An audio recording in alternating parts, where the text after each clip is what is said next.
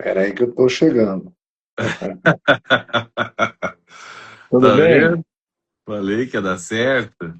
E Na aí? verdade, na verdade, não deu certo do jeito que eu queria, né? Eu queria transmitir usando Hum. a webcam, né? A Ah, webcam, usando o gravador, o microfone melhor, mas a não. gente faz o que dá para fazer. O microfone tá perfeito. Ah, é? Tô te Deixa ouvindo eu arrumar bem. aqui, deixa eu colocar direitinho aqui. Ah, Aí, vamos ver se vai dar certo. Opa, opa, opa. Enquanto isso, os irmãos vão entrando aí na. é isso, Ah, tá dando um ver se eu pouquinho. arrumo aqui. É, Aí. tudo ao vivo, né? Tudo ao vivo. Tudo ao vivo, tudo ao Eu vivo. queria, eu queria usar esse microfone aqui, tá vendo aqui, ó? Esse aqui Ah, eu queria usar. Que aí o som sim. ficaria perfeito, né? Eu estou aprendendo aqui a mexer. Eu tenho, Ah. eu tenho um equipamento bom aqui, deixa eu mostrar para você. Deixa eu desligar isso aqui. Só que o teu rosto agora saiu do enquadro. Não, saiu do quadro que eu estou mexendo aqui, ó. Eu Ah, tá. tenho. Você já viu esse aparelhinho aqui? Hum, Vou mostrar para você. mostra Só aí. um segundo.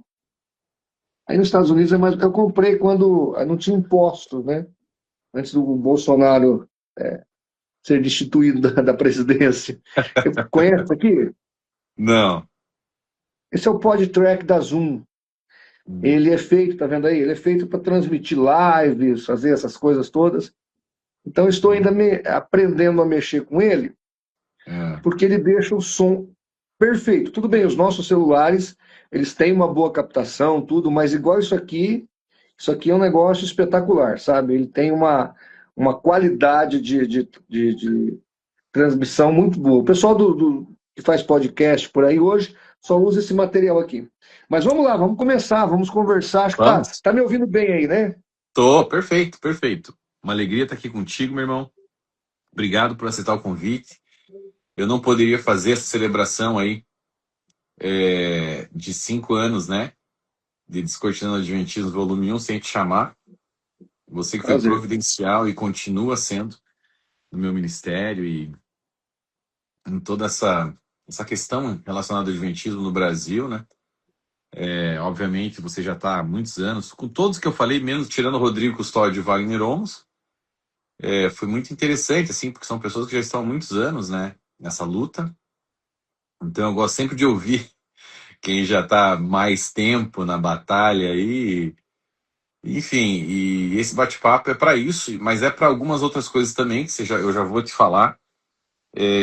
Mas, primeiramente, para te agradecer mesmo todo o apoio que você sempre deu aí e continua dando para essas pessoas que estão envolvidas com isso, né? Até as pessoas mais novas, e principalmente o Rodrigo Custódio e o Wagner, Débora Buffoni e outros. Mas a missão, mas essa sempre foi a missão do CACP, Gleison, Uhum, porque a gente tem começamos o trabalho em 98, uhum, né? O ICP começou na década de 80, nós começamos na década de 90. E a nossa missão sempre foi dar voz para quem está começando, sempre. Principalmente para as pessoas que vieram do mundo sectário. Então uhum. é nossa obrigação. Agora, com relação ao descortinando o adventismo, não sei se você tem consciência, eu acho que você tem. Hoje, pelo menos, em inglês deve ter, mas em português não existe uma obra dessa envergadura.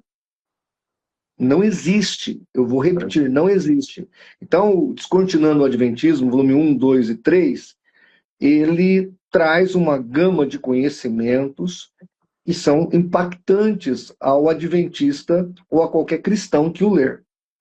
É uma obra sui generis. Por enquanto, nós não temos, eu repito, nenhuma obra do mesmo quilate.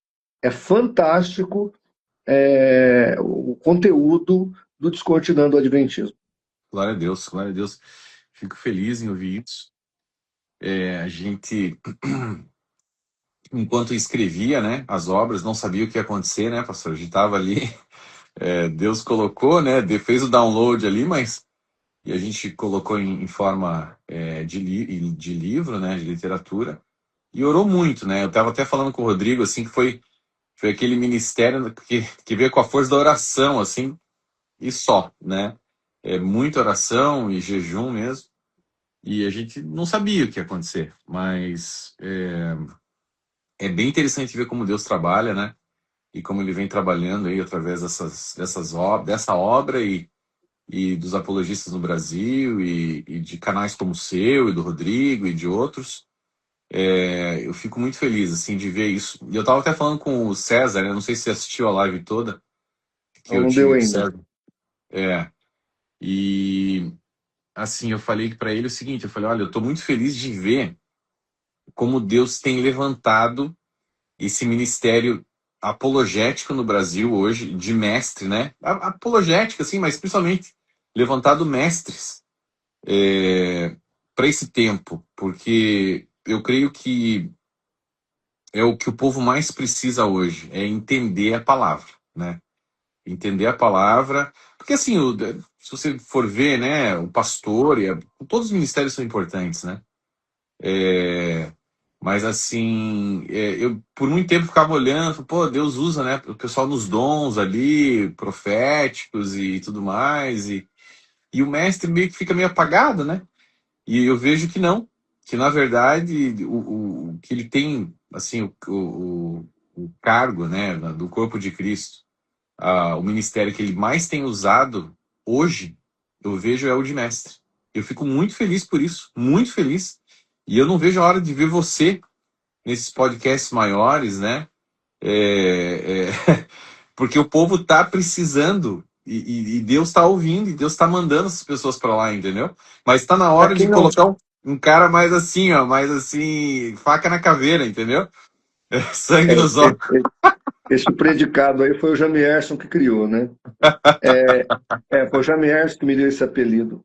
Mas a questão é a seguinte: eu estou no interior de São Paulo, estou a 500 quilômetros de São Paulo. Então, o que que acontece? Eu fico meio fora do eixo. Mas, de certa maneira, ultimamente, eu tenho visto tanta coisa que tem me desagradado que eu até prefiro ficar aqui no meu canto. Porque há digamos assim, nuances que acontecem aí em alguns podcasts que eu não aprecio. Acho que o podcast, veja, Gleison, a gente tem que ter visibilidade para ensinar a verdade, para poder chegar ao coração das pessoas. Mas eu não posso ter a visibilidade a qualquer preço Eu ou a entendo. qualquer custo. Você está entendendo? Sim. Existem alguns valores, alguns princípios que a gente precisa mensurar e valorizar na hora desse trabalho. E eu observo que algumas coisas que acontecem ainda hoje, agora há pouco estava vendo um pedaço de um podcast aí, de dois grandes podcasts, e os caras foram debater e houve quase uma briga física. Inclusive E, o podcast terminou, chamaram até a polícia para poder cada um ir para suas casas. mas não foi esse agora do juiz investigativo, não, né? Não tem adventista envolvido, tá? Tá. Não é adventista. Foi um outro podcast aí, de um cara que tem um podcast muito grande, e um outro cara que tem um site crítico, né? E os dois se encontraram e o mediador teve que deixar um ir na frente primeiro, depois ameaçar de chamar a polícia. O negócio foi feio. E claro Mas que foi um deu debate audiência. teológico? Foi um debate teológico, não? Foi um debate teológico que entrou para o pessoal e o pessoal virou quase uma briga Isso. física, né? Depois você me Então, manda. assim, algumas, tá vendo? Tá vendo como dá audiência? Algumas coisas que eu vejo com muita dor no coração. Eu não posso acreditar nem aceitar que o trabalho apologético ele seja preocupado com a audiência, ou ele seja preocupado em agradar alguém. Porque o trabalho do apologista é mais ou menos o trabalho de profeta. Então, ele é profético, né? Ele é aquele cara que vai lá, o apologista é aquele cara que não está ali para agradar ninguém. O apologista não tem chamado para agradar ninguém. Muito pelo Amém. contrário, ele é aquele cara que provoca, que coloca ali as questões em xeque e traz a verdade à tona. Nós não estamos na apologética para fazer sucesso, nem para ter audiência, nem para ganhar dinheiro. Nós estamos na apologética para cumprir o chamado de Deus, tá Uau, certo? uau. E eu não posso ser um apologista preocupado com outro caminho. Meu caminho é esse. Eu não estou preocupado em ser agradável a todos, eu não estou preocupado em falar o que todos querem ouvir, ao contrário, eu quero justamente remar na oposição para poder trazer reflexão e maturidade à Igreja de Jesus. Agora, recentemente, eu fiz alguns vídeos que eu precisei falar de alguns assuntos, envolvendo, por exemplo, uma igreja que eu amo muito. Eu fiz teologia nesta igreja, que é a Assembleia de Deus. Fiz 3 vídeos envolvendo o que aconteceu lá na COP30, em Belém do Pará, e fiz as críticas que tinham que ser feitas, e gostem os irmãos, que eu os amo, Deus sabe que eu amo os irmãos da Assembleia de Deus, mas eu não posso deixar de falar.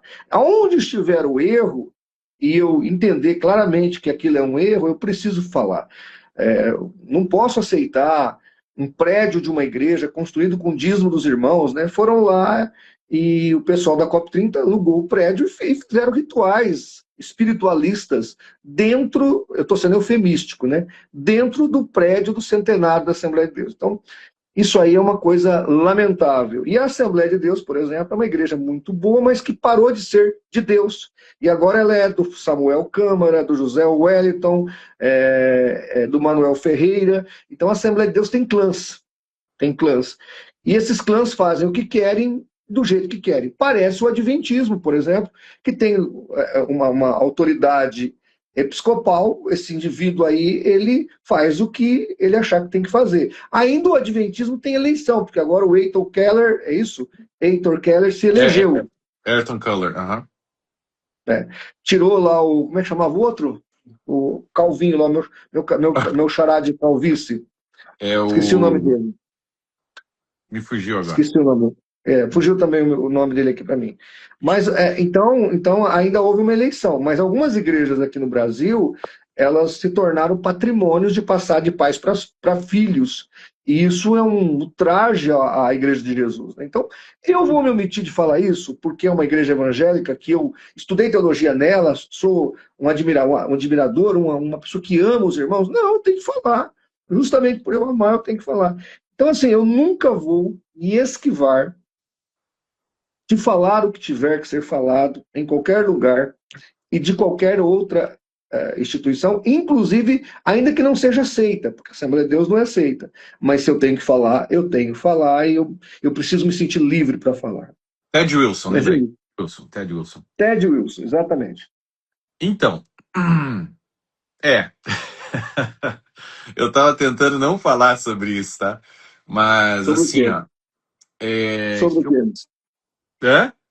Sobre o quê? Sobre a importância do apologista não ter que pedir desculpa por nada que ele fala, não ter que fazer gracinha com ninguém para ter audiência e tudo mais.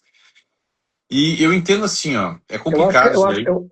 Só um parênteses, só uma nota. Eu acho que ele tem que pedir desculpa se ele falar coisas erradas. Nós erramos Sim. também. Nós Sim, não sim, somos sim. semideuses ou infalíveis. E quando nós erramos, nós temos que assumir o nosso erro. Não, esse na verdade é um termo em inglês, unapologetic. É o cara que fala sem se preocupar com consequências. E é até engraçado que a raiz do nome, né, unapologetic, é apologista, né? Acabei de me tocar disso. É uma expressão, assim, não pedir desculpa, é uma expressão americana. Mas o que eu quero dizer é, o cara que não tem medo de falar, né? E não tá querendo ser político com ninguém por causa de audiência, nesse sentido. E, bom, eu tendo ali uma conversa com o César e com o pastor Elias, tal, antes, né? Mas principalmente com o César, veio a questão do Rodrigo Silva, né? E eu senti que ele ficou meio desconfortável de falar sobre isso, né? Mas assim, eu não quero aqui, todo o meu respeito ao César e tudo mais.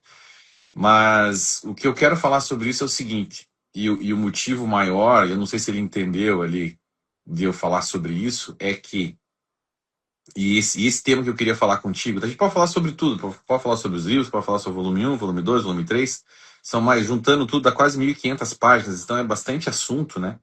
para lembrar todos os detalhes, mas a gente pode falar aqui. Mas o maior ponto que eu queria trazer hoje contigo, que eu não, a gente já conversou várias vezes, já fez várias lives juntos, e para mim é sempre um prazer falar contigo. Prazer é Mas eu meu. acho que, mas eu acho que assim, ó, o maior tema, sabe, pastor, que acho que talvez o mais importante é o seguinte: é, se não existe ou não existe salvação dentro das seitas pseudo-cristãs, né? E se existe, em que situação? Agora, se existe, são raras, e tá tudo bem se forem raras, está tudo bem se for o que for, mas vamos trazer esse tema aqui para chegar no âmago do problema, porque se por um acaso, e eu trouxe esses versos pro César na live, eu falei assim, ó, César, se a gente pegar Romanos 1,16, diz o quê? Pois eu não tenho vergonha do evangelho, pois ele é o poder de Deus para a salvação de todo aquele que crê, primeiro do judeu, depois do gentio. Ele é o poder, ele não é um poder. Ele é o poder. E se você vai na raiz dessa palavra, dunamis, em grego, você vai no grego arcaico, ela também pode ser traduzida como prescrição médica. Então, assim, se a gente trocar essa palavra por prescrição médica e a gente for interpretar esse verso, ele está dizendo o seguinte, ó. Se eu tenho um evangelho que me salva, e só é um evangelho que me salva, não é outros evangelhos, não é o evangelho mesmo que um anjo desça do céu com outro evangelho que seja anátema, não, só tem um evangelho. E se esse evangelho é o que cura, usando o termo prescrição médica, se eu tomar uma aspirina, se eu tô com uma infecção no meu corpo e eu tomo aspirina, ela não vai me curar. Eu tenho que tomar um antibiótico, né? Então só tem um evangelho que cura. E ele é o poder de Deus. Ele não é um poder. Ele é o poder para salvar todo aquele que crê. Então se tem uma outra igreja trazendo um outro evangelho diferente, esse evangelho não vai salvar o cara. Só tem um evangelho que salva. Entendeu? Então o que eu trouxe para o César foi o seguinte, César, só tem um evangelho que salva. Né?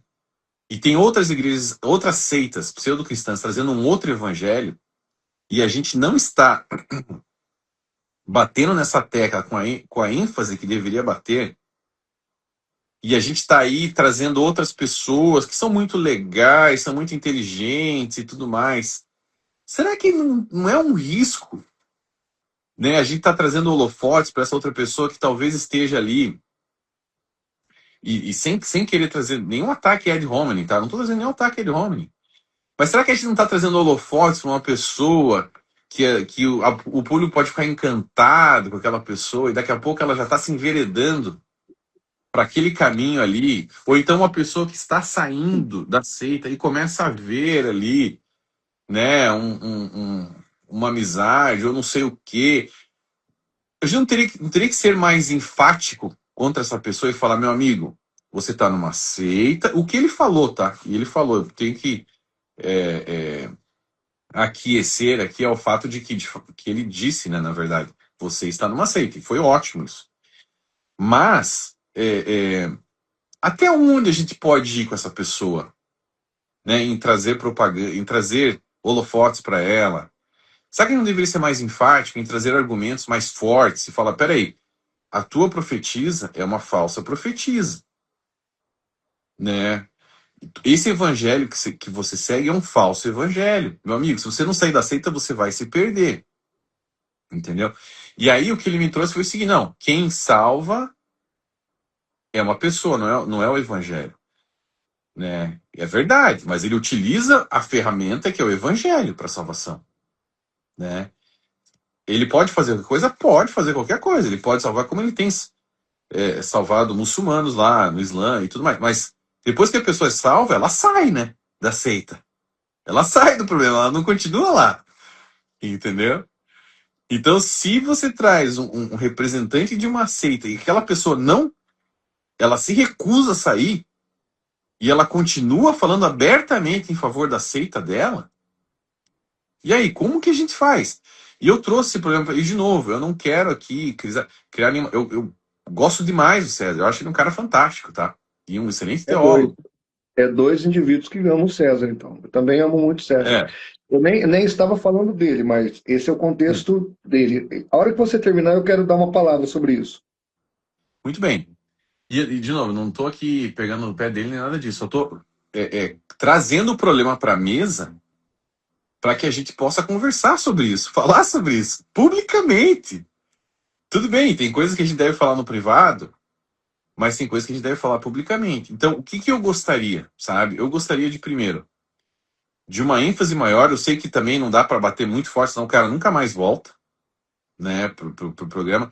E eu acho que ele deve ir, mas ele deve ir nos seguintes termos: durante a visita dele, os problemas da seita serem trazidos à tona e serem expostos abertamente, claramente e com a ênfase necessária, entende? Sim. Esse é um ponto. Outro ponto, eu gostaria muito, pastor, de um dia ser possível um debate, sabe? Talvez entre eu e o Rodrigo Silva, talvez entre você e o Rodrigo Silva, talvez entre o Rodrigo Custódio e o Rodrigo Silva, não sei. Mas um debate, assim, mais aberto, com todas as armas possíveis, para que tudo seja exposto, entende? É isso que eu gostaria. Era nesse ponto que eu queria chegar, entendeu? Com o Vamos, César. vamos, vamos começar por partes. Antes Hum, da gente chegar no caso do César, que não é só o César, né? Tem o Luiz Saião também, e outros. Tem o Marcos Eberlin. Berlim. Uhum. Mas antes de nós chegarmos nesse assunto, nós tínhamos que analisar o seguinte: qual é uma das nações, ou quais as nações em que o adventismo mais prospera, ou Brasil e mais Índia. se desenvolve? Tanto é o Brasil, entre as nações que o adventismo cresce, que o presidente é um brasileiro. É um cara que está aqui, o Heitor Kerley. Heitor Kerley. Ayrton Keller. Então, o que acontece? É uma coisa até sui generis. O adventismo tem asas dentro do Brasil. Asas. Outra coisa, você sabe disso, os ex-adventistas sabem disso, e os bons apologistas sabem disso, que os adventistas sempre se nutriram, não de pessoas perdidas do mundo, mas de ex-evangélicos. A igreja adventista nasce de ex-evangélicos. Então, aquela comunidade, Integridade Cristã, esqueci o nome lá, ai, meu Deus do céu, Conexão Cristã. Aquela Conexão Cristã, ela era composta de batistas, presbiterianos, metodistas, congregacionais e etc. Ellen White era metodista, o Miller era batista, o Bates, batista do sétimo dia. Então, a igreja adventista sempre se nutriu. A Ellen White chega a falar no Compultor Evangelista para que os pastores adventistas se aproximem dos pastores evangélicos e os traga para o adventismo. O barbudo lá, como é que ele chama lá? O Sérgio Monteiro. Sérgio Monteiro. O Sérgio Monteiro, ele postou um vídeo aí de um país onde a placa da Igreja Batista foi tirada e colocado a placa da Igreja Adventista do Sétimo Dia. Há vários, eu tenho aqui a revista Defesa da Fé, tenho aqui várias revistas adventistas, onde eles tiraram placas de igrejas evangélicas, inclusive Assembleia de Deus entre elas, e botaram por cima da placa da outra igreja a placa do Adventismo do Sétimo Dia. Horas, bolas! Os apologistas todos sabem disso. Isso não é notório. Não existe nenhum apologista que não tenha consciência deste fato. Ninguém pode dizer, eu não sabia que os adventistas fazem isso. Eles faziam e fazem até hoje. Fazem até hoje. Então, diante deste fato, e agora eu vou falar do César, já que você citou o nome dele, ele me citou também e me deu liberdade para eu citá-lo. Chamar o Rodrigo Silva para falar de apologética, tenha santa paciência. Se fosse para falar de arqueologia, para falar de algum assunto sobre história de Israel, eu até daria um desconto. Mas um dos programas foi para falar com o Rodrigo Silva sobre apologética. E se ultraje, eu me senti levando uma cuspida na cara. Sabe? Me senti, sabe? Eu nunca pensei que um amigo que eu amasse pudesse me ofender tanto. Talvez ele não acredite nisso, ou ele não saiba disso, mas eu me senti tão mal com aquilo. Mas tão mal. Assim, eu fiquei uma semana, que entre nós e quem está nos ouvindo, eu fiquei uma semana, mais ou menos, assim, sem dormir direito, sem comer direito, minha mulher me viu emburrado, o que foi? E eu fiquei mal. Depois eu era para ir lá no programa, não voltei mais, não fui lá, porque eu falei, não quero conversar, quero dar um tempo para eu assimilar, para depois eu sentar e conversar com ele, porque eu não tenho condições agora. Outra coisa, eu tenho aqui no meu celular aproximadamente 500 pessoas, mais ou menos, ou mais, de ex-adventistas. Gente que eu cuido, que eu doutrino, que eu mando material, que eu ajudo. Todos esses nomes aí que você citou passaram por mim, eu mandei material, eu ajudo, tenho ajudado, estou junto com essas pessoas, e eu sei o quanto isso dói nelas, o quanto isso é dolorido para elas. Quando Marcus Eberlin, um dos maiores cientistas brasileiros, batista, chega diante das câmeras e fala, não, os adventistas são meus irmãos, e aos que não concordam, repito, meus irmãos adventistas. Que serviço faz um cara desse? Tá certo? Aí vem o Luiz Saião. O Luiz Saião é da minha igreja. Ele é batista. Eu conversei, eu tenho a cópia da conversa aqui com ele. Falei, pastor Luiz Saião, o senhor é muito bom como pesquisador de Bíblia, arqueologia, antropologia bíblica, etc, etc. Mas o senhor não é apologista. O senhor vai cair no engodo do Rodrigo Silva.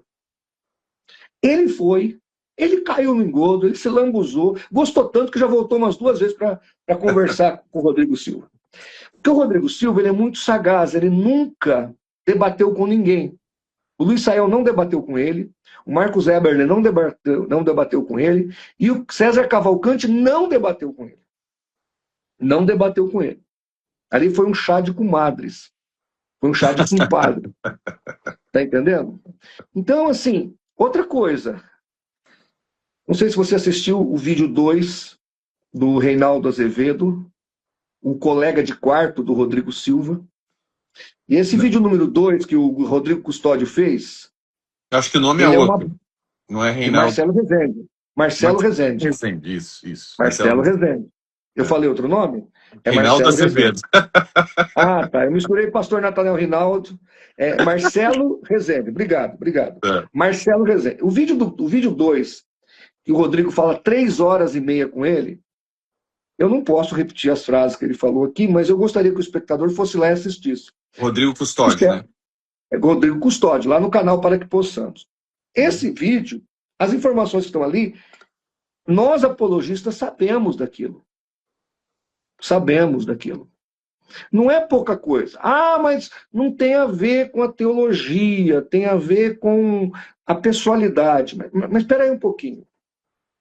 Você acabou de falar no início da live que você me considera, correto? Que você acha que eu sou uma pessoa importante, que eu te ajudei e tal. Imagine você, se você soubesse que essa semana, né, eu resolvi bater na minha mulher, adulterei, larguei dela e casei com uma branca porque eu não gosto de mulher preta. Você vai continuar me considerando do mesmo jeito? E aqui eu não estou acusando ninguém, estou falando de mim. Vamos imaginar, porque de homem não tem nada a ver. Quer dizer, olha a mente dos apologistas atuais. Se o indivíduo é um estelionatário, é um racista, é um adúltero, é um fornicário, mas se ele é um bom teólogo, tá joia, tá tudo certo. O importante é se o cara é um bom teólogo. Na Bíblia, na palavra de Deus, está aqui a Bíblia. Na Bíblia, quando você vai para os profetas da Bíblia, a primeira coisa que eles observam, os profetas, é se o rei, se o sacerdote, se eles estão primeiro com a integridade moral pessoal deles para servir a Deus. E eles atacam nisso. Não tem essa de ad hominem na Bíblia. Eles vão lá, olha, você tem que parar de ser isso, tem que parar de ser ladrão, tem que parar de ser adúltero, tem que parar de ser fornicário, tem que parar de ser mau caráter. Os homens bíblicos vão lá, né? João Batista perdeu a cabeça por causa disso. Foi degolado. Então, assim, além de tudo, Gleison, quem sabe das histórias sabe o que nós estamos falando. Além de tudo, tem tudo isso. E aí você passa por cima de tudo isso em nome do quê? Esta é a pergunta de R$ 1 milhão. Em nome do quê? Porque o cara da audiência? Porque o cara da Ibope? Eu não consigo conceber uma coisa dessa. Eu até concordo, se você acha o meu jeito de fazer apologética inadequado, respeito sua opinião, respeito o seu jeito de fazer apologética, mas, meu Deus, pegar um cara desse, e não estou falando só do Rodrigo Silva, semear no meio evangélico, perturbar os que estão saindo da igreja adventista e procurando igrejas evangélicas, perturbar os evangélicos que estão sendo seduzidos pelo adventismo. E aí você não está nem um pouco preocupado com essas almas, você não tem obrigação espiritual com essas almas. Como pode esse tipo de pensamento na cabeça das pessoas? Aí o Saião falou assim para mim: fique sabendo, Martinez, que com o meu jeito eu estou ganhando muito mais almas, muito mais adventistas para Cristo do que você. Aí eu falei para ele: bom, o meu celular está aqui, eu tenho em torno de 500 que eu já ajudei a tirar de lá. Quantos o senhor ajudou a tirar de lá? Não, eu não sei o número, deve ser muitos. Aí o cara não sabe o número. Tá certo? O que a gente sabe, e eu disse isso para o Saião, é que o Brasil hoje é um celeiro para o adventismo. É uma máquina de produzir adeptos para o adventismo. E eu queria dizer aqui nessa live que pessoas que fazem o serviço, como fazem o Marcos Eberle, o pastor Luiz Saião e o pastor César, eles estão contribuindo para isso. Será que eles não têm consciência disso? Porque o Rodrigo Silva, em nenhum programa que ele foi lá, ele foi de fato, escancaradamente desmascarado. De fato não foi. Tá certo? Porque o pastor César disse que ele era de uma seita, mas que o Rodrigo Silva era um homem de Deus. Logo, qual é a conclusão desse silogismo? É que dentro do adventismo pode ter homens de Deus. Logo, o adventismo é o quê? Apenas uma igreja com defeitos teológicos? É isso que ele acha? Então ele tem que vir a público e falar. Então não é uma seita, é uma igreja evangélica que tem defeitos teológicos. Isso é gravíssimo, Gleison. Então, assim, eu sei a dor que você passou com a sua família para sair dessa seita, eu sei o que o Rodrigo Custódio está passando, eu sei o que o Wagner passou, a menina lá, Débora, eu sei desses outros que estão aqui, entre eles tem um médico amigo meu que está tentando tirar a família, não tirou por causa do Luiz Saião, porque ele indicou o Luiz Saião para a família dele. Olha que absurdo. Ele saiu. E é ancião da Adventista. Ele saiu com a família. Aí o resto da família estava saindo junto. Aí um dos patriarcas da família lá perguntou assim: olha, meu irmão, quem que a gente pode seguir no meio evangélico que é do mesmo nível do Rodrigo Silva? Aí ele com toda a felicidade, falou: tem aqui o pastor Luiz Saião, da Igreja Batista, muito gente boa. Deu a deixa para o Luiz Saião. Passou um mês, tá lá o Luiz Saião no podcast, lambendo, jogando confete em cima do Rodrigo Silva. Então, estes irmãos amados, eu amo o pastor Luiz Saião, eu amo o pastor Marcos Eberle, eu amo o pastor César Cavalcante. Será que eles perderam a noção do mal que eles estão fazendo? E aqui eu apelo a eles que tenham misericórdia das almas. Que tenham misericórdia das almas, em prol de audiência de programa, em prol de viagem para Israel, que tenham misericórdia das almas. Uma alma vale mais que o mundo inteiro, que tenham misericórdia das almas. Sim. Sabe? Aquele 2 dedos de teologia lá, como é que ele chama lá? O Iago Martins. Uhum. Iago Martins. Eu iria, ele falou, eu faria uma live com ele, eu faria aqui de uma boa, eu teria para Israel com ele. Então, meu Deus do céu, é umas acefalias, parece que é um surto, sabe? A pessoa fica ensandecida, envaidecida por estar do lado de um popstar de uma seita. E não quer saber de pagar o preço. Eu confesso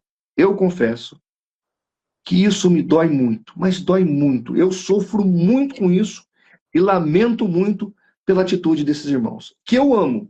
Amo, sim. Sou um devedor para o César, do César Cavalcante, um cara meu amigo, tenho um grande respeito por ele, mas hoje, atualmente, o meu coração anda machucado com as atitudes desses irmãos E os caras não conseguem ver os números. Não precisa ouvir este que vos fala. Porque eles acham que eu sou o ignorantão da apologética, né? Esta é a verdade. Eles acham que eu sou o grande obtusadão da apologética. Tudo bem, não tem problema. Não precisa me considerar, não precisa relevar o trabalho que eu faço, não precisa contabilizar os 40 mil artigos do CACP, que está gratuitamente disponível aos internautas, os 5 mil vídeos que estão no canal. Esquece isso. Pensa nos números. Se o adventismo está crescendo em demasia no Brasil, a apologética está falhando no Brasil. A apologética está sendo destruída pelos adventistas no Brasil. E quem são os culpados disso? Porque o pastor Natanael Rinaldi já partiu para a glória. Sobrou eu aqui e o Paulo. Então o que acontece? Cadê os apologistas que bate firme e convicto com relação a isso? E outra coisa, eu queria te fazer uma pergunta básica. Uhum. Você foi adventista por muito tempo. Você é de 4ª geração de familiares adventistas. Não é possível um homem como Rodrigo Silva não saber dos plágios, das falsas profecias da Ellen G. White. Não tem sinceridade ali. Eu vou te dar um exemplo. Acabei de fazer um vídeo com essa camiseta, inclusive. Tá vendo esse livro aqui? Eu acabei de fazer um vídeo refutando o Leandro Quadros. O Leandro Quadros fez um vídeo. Inclusive, eles fizeram uma montagem com a minha fala, depois com a fala do Paulo, quando a gente fala de juízo investigativo, e eles dizendo que o juízo investigativo não é para o crente adventista. O juízo investigativo, ele é feito para a ponta pequena de Daniel, que é o anticristo, e para a Babilônia grande, não para os crentes. Está escrito aqui, ó, não sei se eu consigo focar aí, está escrito aqui neste livro, Grande Conflito, página 486. Ao abrirem-se os livros de registro do juízo, é passada em revista perante Deus a vida de todos os que creram em Jesus. Os que creram em Jesus. Aí ela fala, todo nome é mencionado, cada vaso minuciosamente investigado. Aceita-se nomes e rejeita-se nomes. Como é que pode ser para o anticristo, para a Babilônia grande, aceitar-se nome e rejeitar-se nomes entre os perdidos? Então, o Rodrigo Silva não, o Leandro Quadros, ele está o quê? Mentindo. Não tem outro predicado. Não é que ele está equivocado. Não tem sinceridade nisso. Você está entendendo? Então, a minha pergunta é, como é que pode você passar pano para esse tipo de barbaridade? O Rodrigo Silva sabe de tudo isso. Ele sabe de tudo isso. Como é que pode passar pano para tudo isso? Como é que pode deixar isso para lá? Então, este humilde servo aqui, o mais baixo dos servos, eu não sirvo nem para desatar as correias e lavar o pé dos apóstolos apologistas. Mas este que vos fala, questiona, como pode haver sinceridade no Rodrigo Silva, no Sérgio Monteiro, no Ivan Saraiva, no Leandro Quadros, diante destes fatos? Os caras não fazem nem meia-culpa, não dão nem uma... Olha, né, nós discordamos da Ellen White, ou a igreja mudou de visão.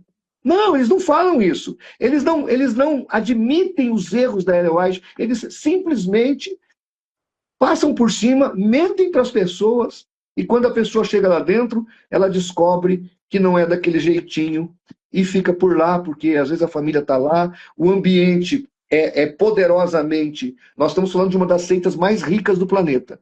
Você sabe disso. Nós não estamos falando de qualquer seita. Nós estamos falando da seita que, sabe, até os filhos do Walter Martin estudou na Andrews. Olha o nível. O Walter Martin morreu antes de denunciar o adventismo como seita. Ele caiu no engodo do adventismo. E todos nós, apologistas brasileiros, sabemos o que os adventistas fizeram. Sim. Aí, em questão sobre doutrinas, com Walter Martin. Agora, eu vou sentar com o Rodrigo Silva como coleguinha, como irmãozinho, como um homem sincero. O Rodrigo Silva é um homem sincero. Não dá. Gleison, me perdoa, eu não tenho cognição suficiente, espiritualidade suficiente para entender esse tipo de coisa. Talvez eu seja carnal, talvez eu seja cognitivamente doente, como disse o Leandro Quadros, né, que eu sou um analfabeto funcional. Talvez eu seja isso, porque não dá para eu entender esse tipo de coisa. Não existe sinceridade no Rodrigo Silva. A não ser que ele conversou com o César lá fora das câmeras e disse: ó, ele não aceita mesmo, ele é White, é uma picareta. Ele é White foi uma grande estelionatária, foi uma grande criminosa, mas aqui eu tenho que fazer um personagem. Talvez ele falou isso no particular para o César, né? Mas caso contrário, e ainda que tivesse falado, aí que o César não podia ouvi-lo, né? Pastor, olha só, de primeira coisa, assim, de tudo que você falou, é, muito me surpreende essa questão que você acabou de dizer do Leandro Quadros admitindo, dizendo que o juiz investigativo é para o chifre pequeno e para a Grande Babilônia. Eu nunca vi ele falar isso. Se ele Eu falou tenho isso. vídeo aqui. Não, eu creio em ti, mas eu tô assim, surpreso. Porque isso aí ele tá rompendo com toda a estrutura, toda a doutrina adventista com esse negócio aí. Eles não estão Entendeu? nem preocupados, eles não estão nem preocupados com a verdade. Ah, Parece que as pessoas não querem entender que o Rodrigo Silva, o Leandro Quadro, o Ivan Saraiva, esse pessoal da mídia, eles não estão aí para falar a verdade. Eles estão aí para vender o produto, para sim. passar o produto para frente. E depois que o cara cai lá dentro, você sabe que aí é outra conversa. Você sabe Não, que aí não. é outra história. Sim, sim, mas teoricamente o Leandro Quadros é para ser o maior defensor apologista da igreja adventista. Se ele está falando isso aí, ele está rompendo com a doutrina adventista, com a doutrina Sei, clássica adventista, eu entendeu? sei disso, Então, esse eu negócio aí sei é disso. sério, esse negócio aí é sério. Então, tá, isso aí, só tô abrindo um parênteses aqui. Quero ver esse vídeo, vou assistir esse vídeo e agora eu vou ter que fazer um react sobre esse vídeo aí, porque esse negócio aí é sério demais, tá? Inclusive, hoje estava tendo um debate sobre o juiz investigativo no Eu Acredito Podcast com o Ezequiel Gomes e o Paulo Sérgio Batista. Paulo Sérgio Batista representou bem, né? Argumentou bem ali, mas, inclusive, chegou, né, numa hora do debate, eu não assisti o debate inteiro, mas chegou uma hora do debate ali que o Ezequiel defendeu, falou sobre Daniel 7, dizendo que abrem-se os livros, olha aí os livros do juiz investigativo e tudo mais. Tá ali em Daniel 7, isso não é uma invenção nossa. Mas peraí, ele tá falando de Daniel 7:10, né? Abriram seus livros. Mas você vai para Daniel 7:26, por exemplo, mas diz o seguinte: mas o tribunal se assentará em juízo, ele tirará o domínio para o destruir e para o desfazer até o fim. Ele está falando do chifre pequeno, que é dito um pouquinho antes ali, ó. Proferirá palavras contra o Altíssimo, consumirá os santos do Altíssimo, cuidará em mudar os tempos e a lei. Os santos lhe serão entregues na mão por um tempo e tempos e metade de um tempo. Ou seja, ele está falando aqui do chifre pequeno, tá? E esse chifre pequeno, sim, esses livros aqui é para julgar o chifre pequeno. Não tem nada a ver com o povo de Deus, esse juízo, juízo investigativo, whatever que você queira chamar aqui, quando abre-se os livros, tá? Que não existe juízo investigativo nenhum. O único juízo aqui nesse caso é para julgar o anticristo, o chifre pequeno, ok? Exatamente. Então, se o, se o Leandro Quadros está admitindo isso, ok, Leandro Quadros, parabéns. Agora saia do adventismo. Você está no seu processo de conversão. Perfeito, meu amigo. Só falta agora abrir mão da guarda do sábado para o cristão gentil e para a salvação, né? Então, mas esses Será, caras, será que ele está se convertendo? Agora eu estou não, surpreso. mas eles não têm compromisso com a verdade. Eles não têm compromisso com o que é fidedigno, com o que é factual. Eles não têm isso. Eu mandei já o vídeo para você, mas eles não têm esse compromisso. A questão é, eu preciso me sair aqui de um questionamento. Eu preciso, porque, afinal de contas, imagine o apóstolo Paulo passando pelo juízo investigativo. Imagine os apóstolos, que o nome deles estão na coluna do templo da cidade santa, escrita já lá, estes homens de Deus passando pelo juízo investigativo. Aí o cara ele Pastor, solta uma dessa. pastor, desculpa. Tem que riscar também alguns versos da. Bom, o livro de Hebreus tem que arrancar todo, mas vai lá para Todos. João 5:24. Aquele que crê em Isso. mim e naquele E que ouve me as mesmas. não entra em juízo, mas já saiu da morte para a vida eterna. Isso. Em Isso, está juízo de- salvo. Já está salvo, entendeu? 1 João 5,13 também.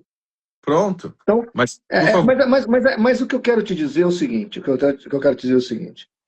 Se você está ali conversando com o Rodrigo, o Leandro Quadros, num programa de rádio, num podcast, numa dessa você não solta dele. Você pega ele pelo texto e fala, não, não, não, você tem que explicar. Ou você vai admitir que você está errado. Porque eu aprendi uma coisa com o pastor Nathanael Rinaldi, que é o seguinte, saudoso pastor Nathanael Rinaldi. As seitas, quando você enquadra eles fogem do assunto, eles escapam do assunto.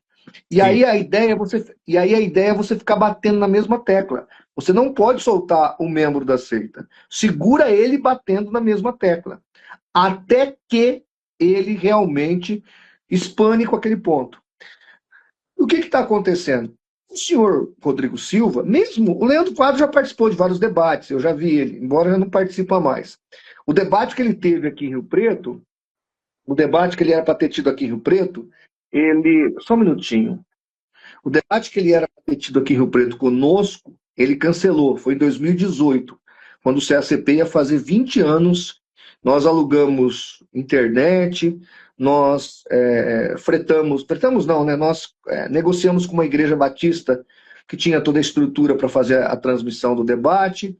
E faltando 15 dias, 20 dias para o debate acontecer, gente mudou férias para poder vir ajudar, até o Tarles Elias ia vir. A gente tinha montado uma bruta de uma estrutura para os debates. Eu ia debater com o Sérgio Monteiro e o Paulo Cristiano com com o Leandro Quadros. E eles cancelou há 20 dias do evento o debate, né? Então, assim, esses caras eles não têm coragem de debater com a gente, porque, por exemplo, com você, menos ainda, ou com o Rodrigo Custódio, porque o que vocês têm de documento, de evidências, é uma coisa fenomenal, né? Então, assim, com o Ezequiel Gomes eu já debati sobre o juízo investigativo, até mandei esse debate hoje para o César. Falei, César, assiste aqui o debate. Mas, assim, eu creio que eles realmente, o Leandro Quadros, já chamei o Leandro Quadros para o debate, já chamei o Rodrigo Silva para debater, eles não querem. Porque, por exemplo, o Paulo Sérgio Batista hoje, né, ele estava indo muito bem no debate ali. Mas é diferente quando você está debatendo com ex-adventista. Porque a gente sabe expor as mentiras, né? Fala, não, isso aí não acontecia, entendeu? Esse negócio que você tá falando aí não acontece lá dentro. A gente vai falar na hora, entendeu? Então eles tentam, de fato, se desviar desse tipo de debate com ex-adventistas, né? Com maior preparo. Mas assim, ó, pastor, eu creio que, de novo, e eu vou voltar com esse tema com todos os pastores. O Jamierson, até o Jamierson não pôde fazer a live antes de ontem, ele teve uma situação ali, um conflito de agendas, mas eu quero voltar a falar eu quero ter essa live com ele, eu quero falar com outros pastores, eu quero chamar outras pessoas relevantes. Eu chamei o Nicodemos não pôde vir esse mês, mas quem sabe numa outra oportunidade ali, porque eu quero trazer atenção cada vez mais sobre esse tema. Eu até tinha falado pro Wagner ali que eu ia dar uma segurada, que eu tô com muito trabalho e tal, né, com a minha empresa, mas assim, Deus não me deixa, ele me puxa de novo, sabe?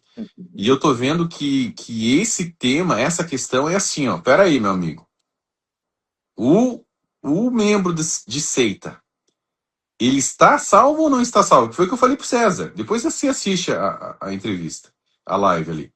Falei para ele, César, enfim, a gente falou sobre o tema, depois saiu, depois eu puxei ele de volta pro tema. Falei, César, a gente precisa definir essa questão, porque é o seguinte, se o adventista está salvo, então o que a gente está fazendo aqui é só uma briguinha denominacional. E para esse tipo Uma de questão, vaidade. eu tô fora, entendeu? Então todo esse trabalho que a gente vem fazendo por anos, você ainda mais tempo do que eu, é em vão, né? Então a gente entendeu errado a Bíblia. Então cada um cria o seu próprio evangelho que vai dar tudo certo, né? Então a gente está dizendo o seguinte, que o cara que está lá no islamismo, o cara que é budista, o cara que é hinduísta, ele também está salvo. Então cada um que fique na sua e a gente para de confusão. Então a gente está criando É, confusão à toa aqui, entendeu? Agora, se de fato a gente crê naquilo que a gente vem pregando e naquilo que a gente vem defendendo, então peraí. Então vamos falar mais sério sobre esse negócio aqui. Então, quando a gente está numa conversa, num bate-papo com um membro de seita, seja ele quem for,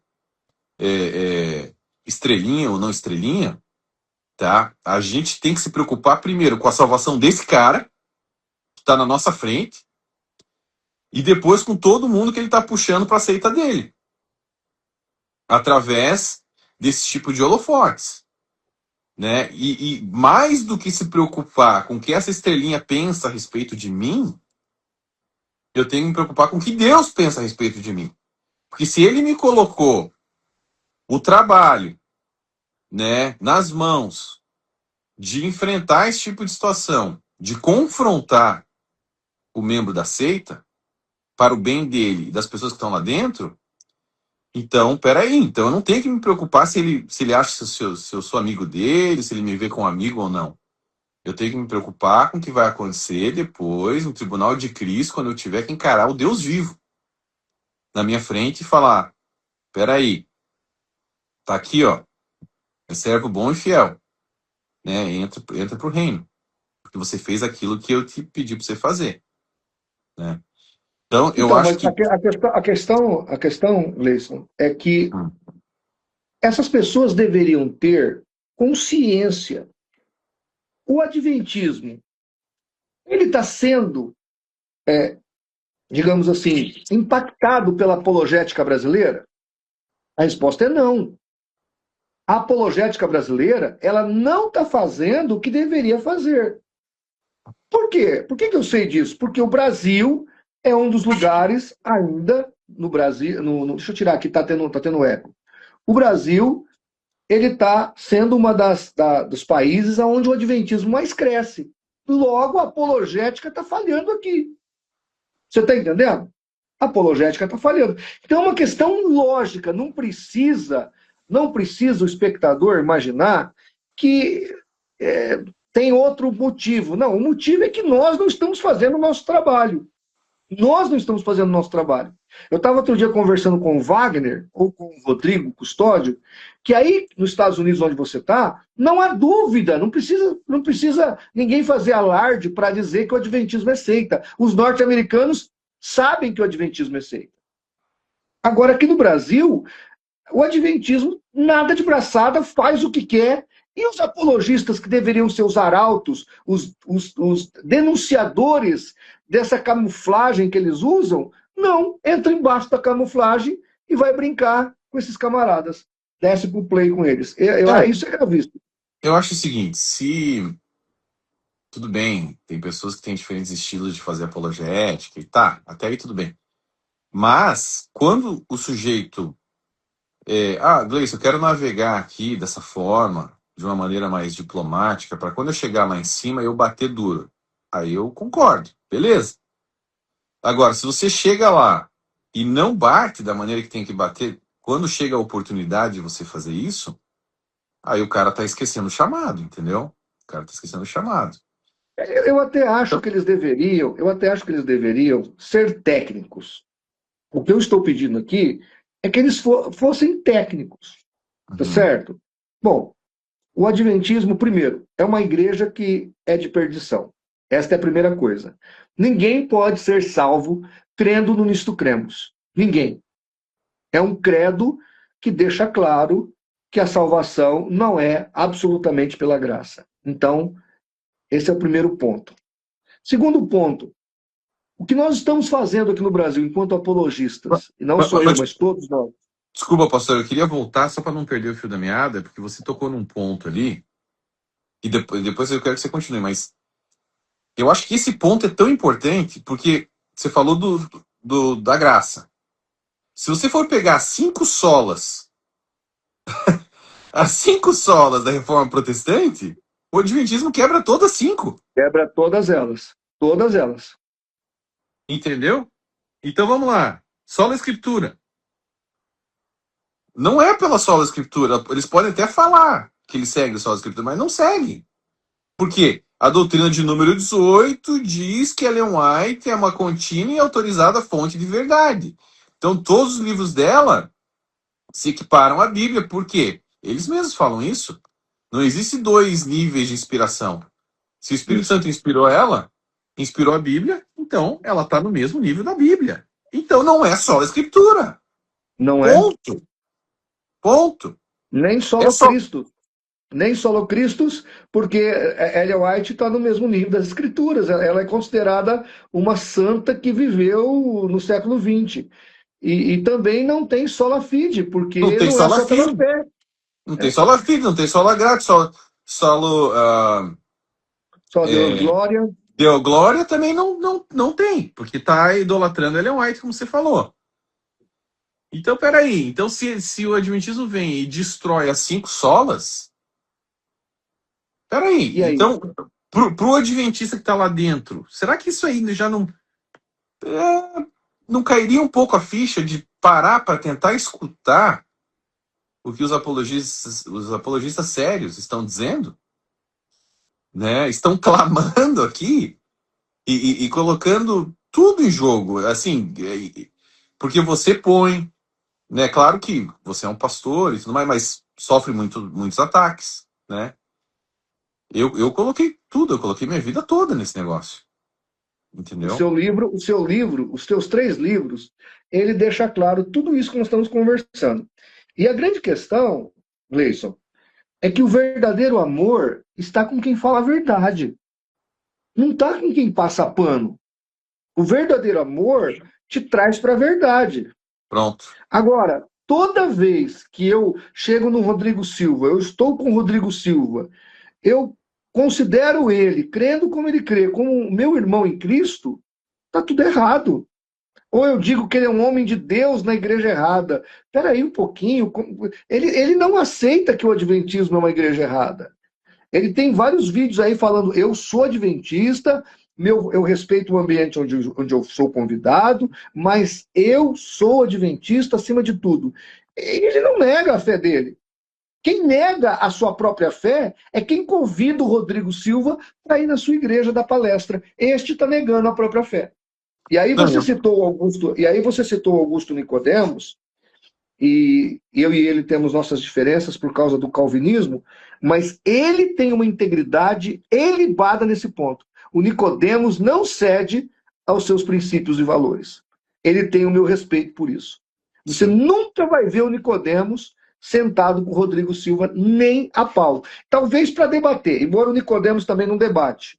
Né? O Nicodemos também não debate. Mas ele tá, nesse aspecto, ele mantém a sua integridade enquanto um homem de Deus e profeta para uma nação perdida como o Brasil. E assim, ó, pode falar o que quiser do Valadão, ele tem lá, né, suas questões, mas ele utilizou ali da notoriedade dele, da fama dele, para bater nessa questão do adventismo, tá? Ele bateu de frente com o Rodrigo Silva, ele falou, você tá numa seita, entendeu? Ele, de fato, ele não fugiu da raia ali, e eu fiquei, assim, surpreso. Eu falei com ele sobre isso. Falei, olha, parabéns pelo que você fez, entendeu? Eu gosto E, dele, viu? Eu é, gosto dele. e ele me pediu para deixar meus livros lá na Lagoinha, tá? Meus livros estão lá na Lagoinha, na livraria da Lagoinha, na lojinha ali dos livros, né? E eu levei lá, deixei os livros lá.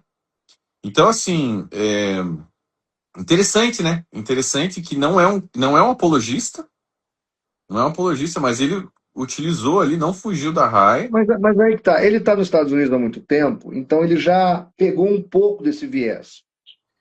Se ele tivesse Uhum, aqui no Brasil, talvez não, porque aqui no Brasil a Igreja Batista ela dá as mãos para os adventistas, canta os hinos. Dentro da minha ordem, os pastores não têm consciência apologética, não tem inglês, não tem. Eu falo para você com muita sinceridade e tristeza que não tem.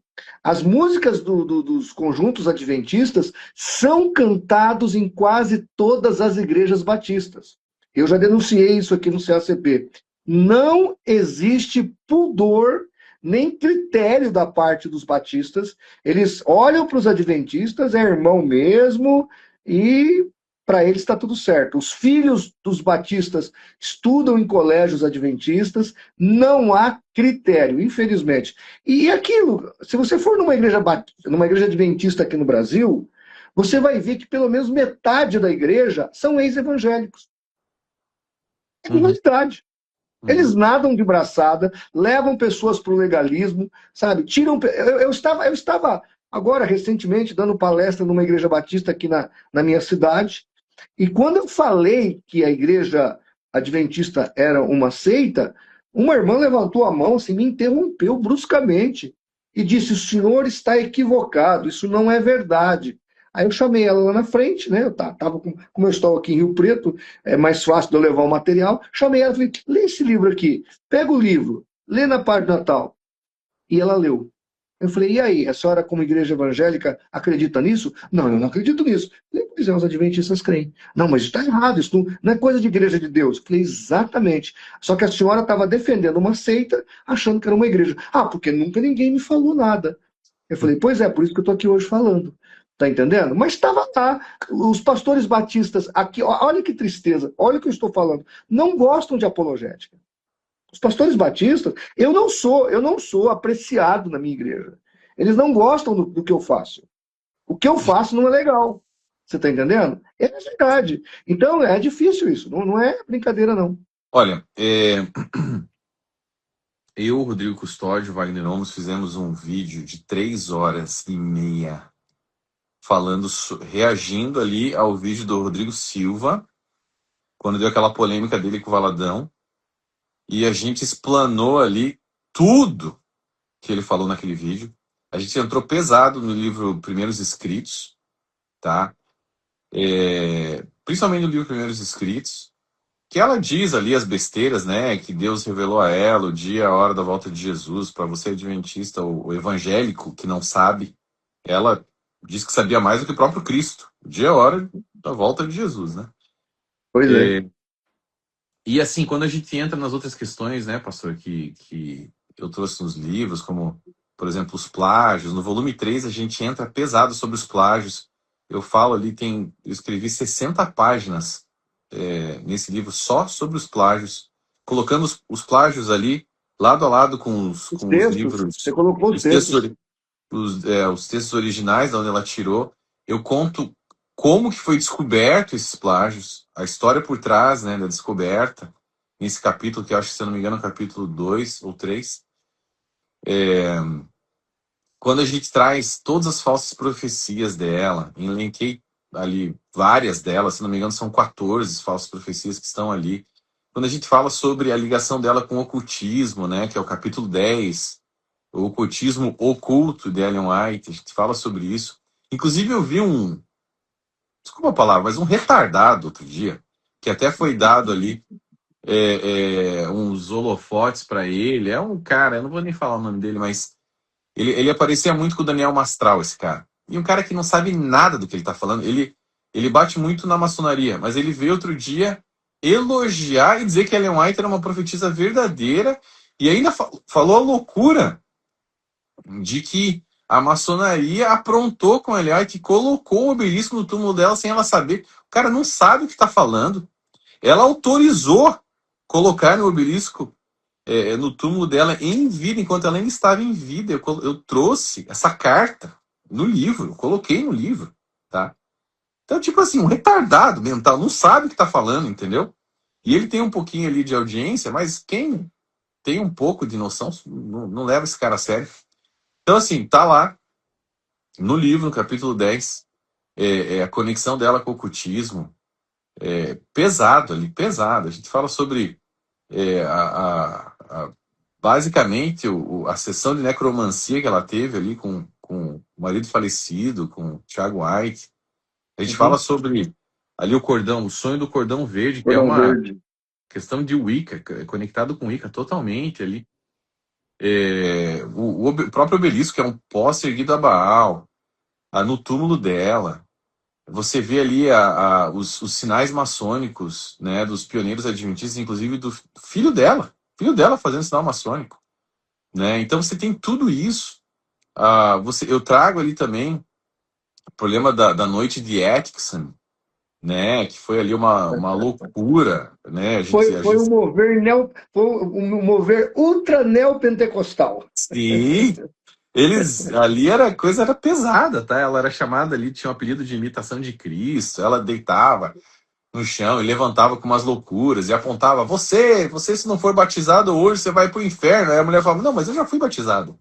Ah, então peraí, então você. Aí ela aproveitava para outra pessoa. Então tá tudo ali relatado, né? É, e assim, as questões sobre o sábado, a gente traz no volume 2 as questões do juízo investigativo, como por exemplo, isso aqui que eu tô falando, que eu falei, né, hoje sobre Daniel 7 ali, que o juízo não é relacionado ao povo de Deus. Isso é uma loucura. E o Ezequiel Gomes trouxe isso no pro debate. Hoje eu acho que o Paulo Sérgio Batista não pegou, não rebateu essa questão.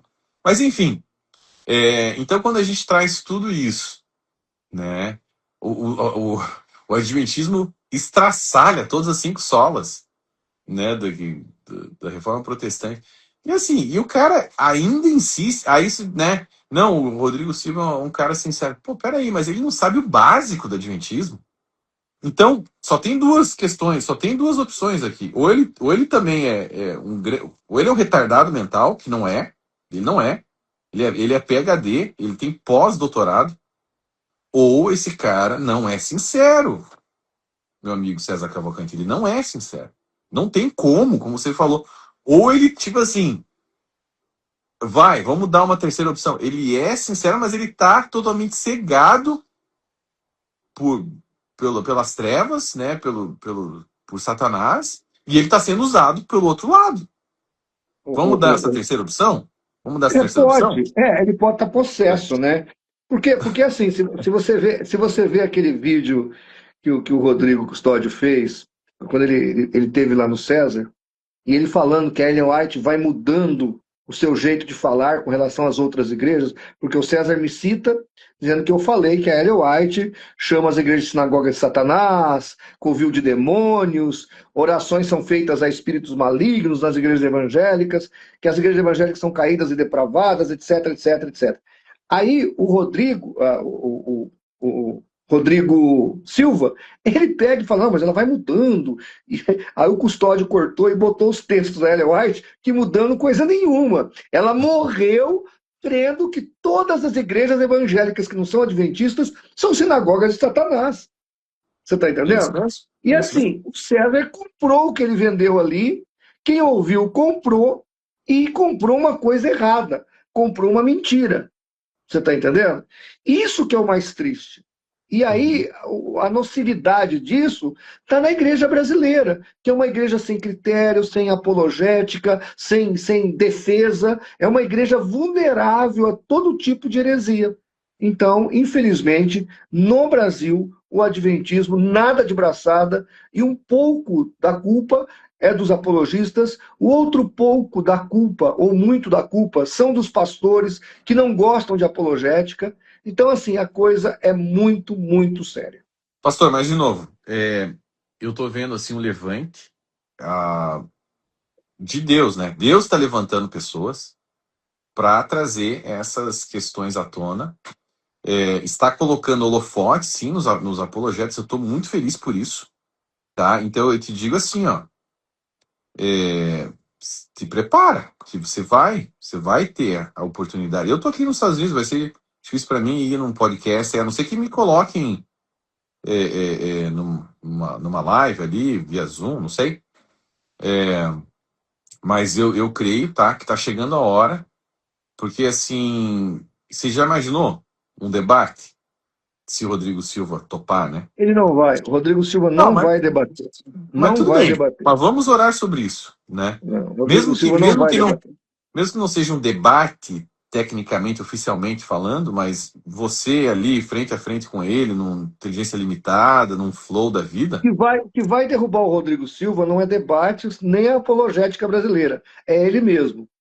Porque o escorpião, ele não nega a si mesmo. Conhece a história do sapo e do escorpião?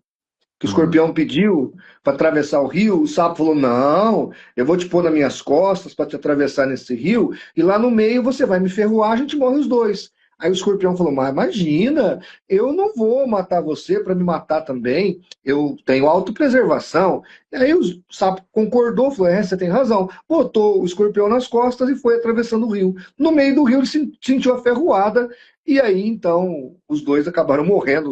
O sapo chamou ele, falou, o que você está fazendo? Eu estou sentindo as minhas pernas travando. E aí o escorpião disse pro sapo, olha, infelizmente não posso negar minha natureza. Então, a única coisa que pode destruir o Rodrigo Silva é ele mesmo, é a natureza dele. Uma hora vai manifestar. Uhum. Uma hora ele vai É. fazer de novo. Ele vai aprontar de novo. Tanto que parece que ele já entregou a carteira de pastor de novo, né? Ele só é arqueólogo agora. Pelo menos me disseram isso. Então, quer dizer, a única pessoa que pode se destruir é ele mesmo. É igual o Lula. Quem pode destruir o Lula? Só o Lula. Mas ninguém pode. Então, tem os caras aí que aqui no Brasil, pela falta de, talvez, personalidade do povo, estes falsos profetas que sabem hipnotizar pessoas, eles fazem o que querem. Porque, como já disseram, né? Como disse lá o Reinaldo Azevedo, Rodrigo Silva é um hipnólogo. Assim, Marcelo Rezende. Marcelo Rezende. O que eu falei? Reinaldo Azevedo? Eu estou com o jornalista na cabeça, né? Como disse o Marcelo Rezende, Rodrigo Silva é um hipnólogo, ele hipnotiza as pessoas. Então, fazer o quê, né? Mas Só pastor, Deus.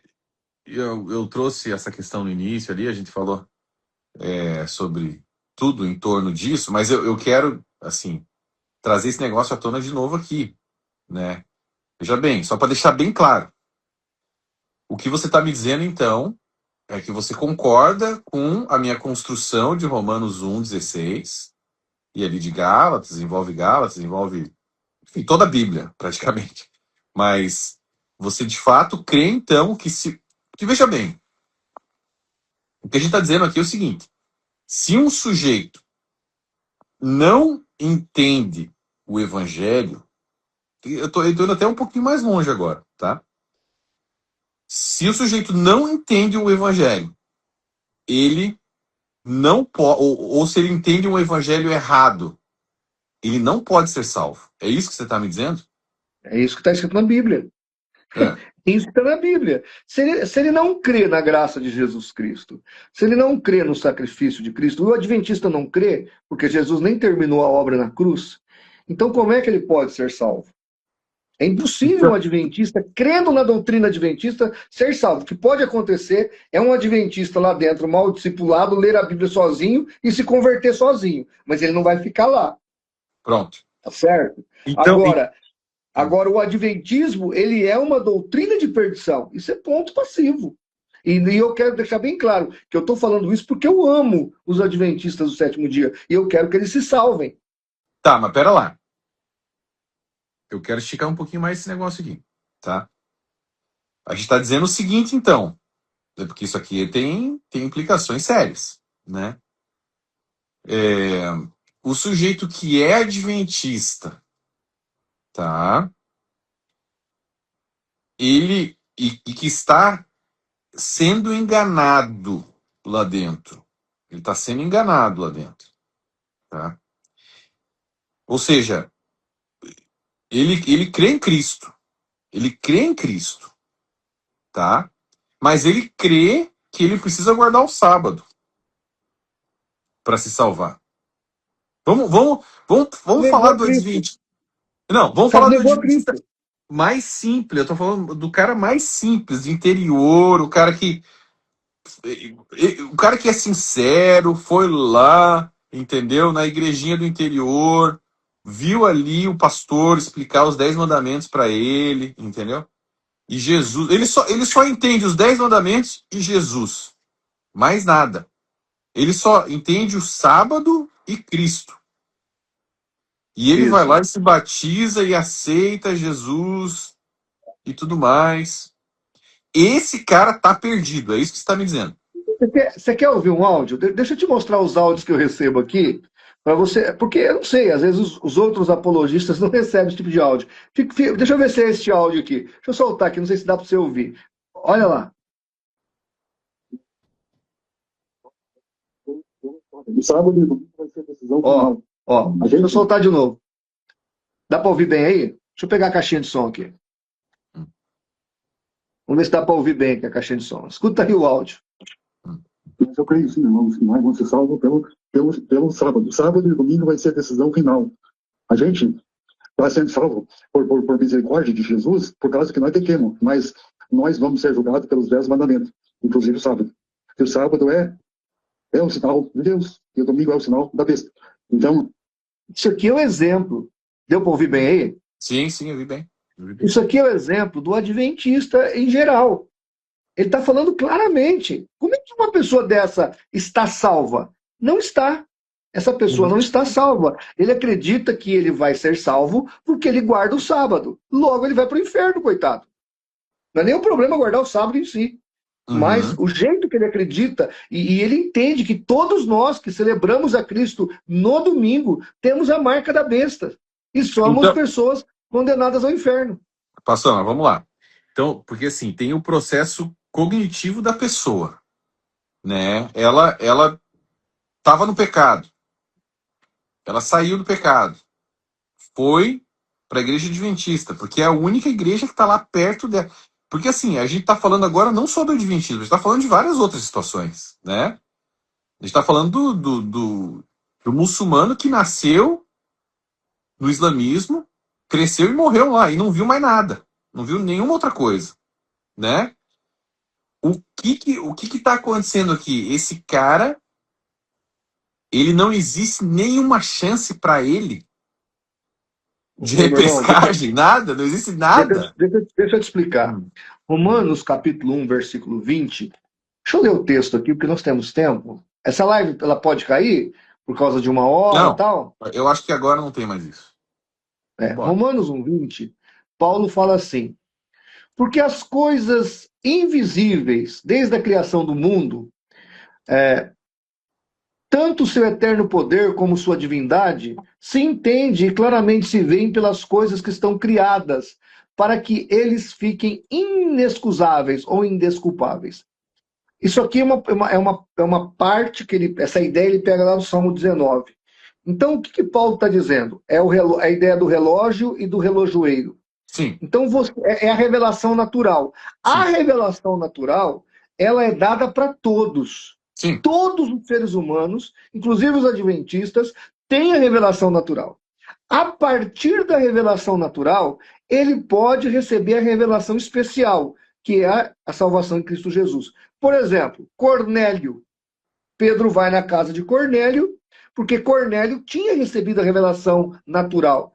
E por causa da revelação natural, Deus manda Pedro na casa de Cornélio e ele recebe a revelação especial. Lá em Atos 16, 17, aquele moço que está lá na Grécia, na Macedônia, e ele aparece em visão, em sonho para Paulo e diz: passa a Macedônia e nos ajuda.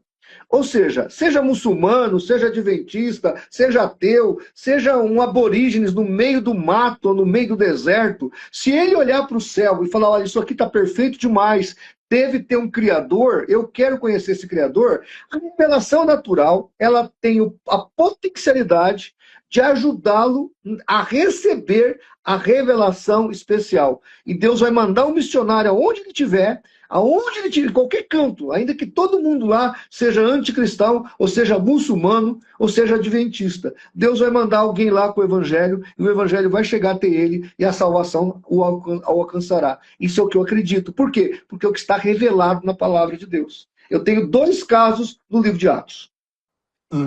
Então, esse negócio é muito sério, porque eu já me debati muito com essa questão, e de fato, assim, se não for assim, a gente está fazendo missão à toa. Né? A gente está mandando missionários à toa para janela. Sim, a revelação natural, ela não salva a pessoa, como insinuou o Rodrigo Silva. O Rodrigo Silva insinuou que um adorador de Tupã, pela revelação natural, pode ser salvo. Não pode. A revelação natural, ela pode chamar a atenção de Deus e fazer com que o Espírito Santo leve até aquela pessoa um missionário. Porque o missionário tem que chegar ali com a revelação especial. Ninguém pode ser salvo sem revelação especial. E conhecereis a verdade vos libertará. E a verdade é o evangelho da graça. Então, se isso não chegar lá, a pessoa não pode ser salva. Mas a revelação natural, ela traz essa possibilidade e ajuda o indivíduo a chegar na revelação especial.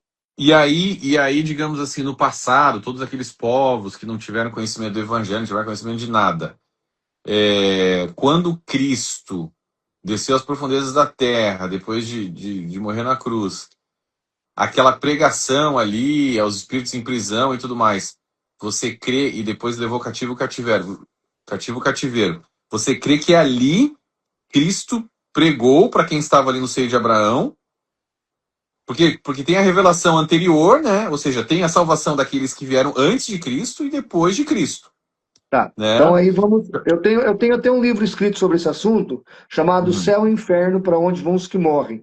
Eu escrevi esse livreto em 2001. Então, o que acontece? Aí você tem que ir lá para Lucas 16, do 19 ao 31, quando mostra como era, no Velho Testamento, o mundo dos mortos, que é o Sheol ou o Hades. O Sheol ou Hades, ele não é inferno. Sheol ou Hades é mansão dos mortos. Essa mansão dos mortos tinham dois compartimentos principais e um abismo no meio. O compartimento de um lado, vamos pôr do direito, era o seio de Abraão ou o paraíso, onde ficavam os salvos. E o outro compartimento era os condenados, onde ficavam os condenados. Quando Jesus desce ao Hades, como está em Atos capítulo 2, ele proclama a sua vitória aos salvos. Claro que o lado de lá também houve. Lembra-se que quando o indivíduo lá que morreu, o rico, ele falou com Abraão que estava do lado dos salvos. Abraão estava do lado dos salvos. E ele ouviu o indivíduo lá do outro lado.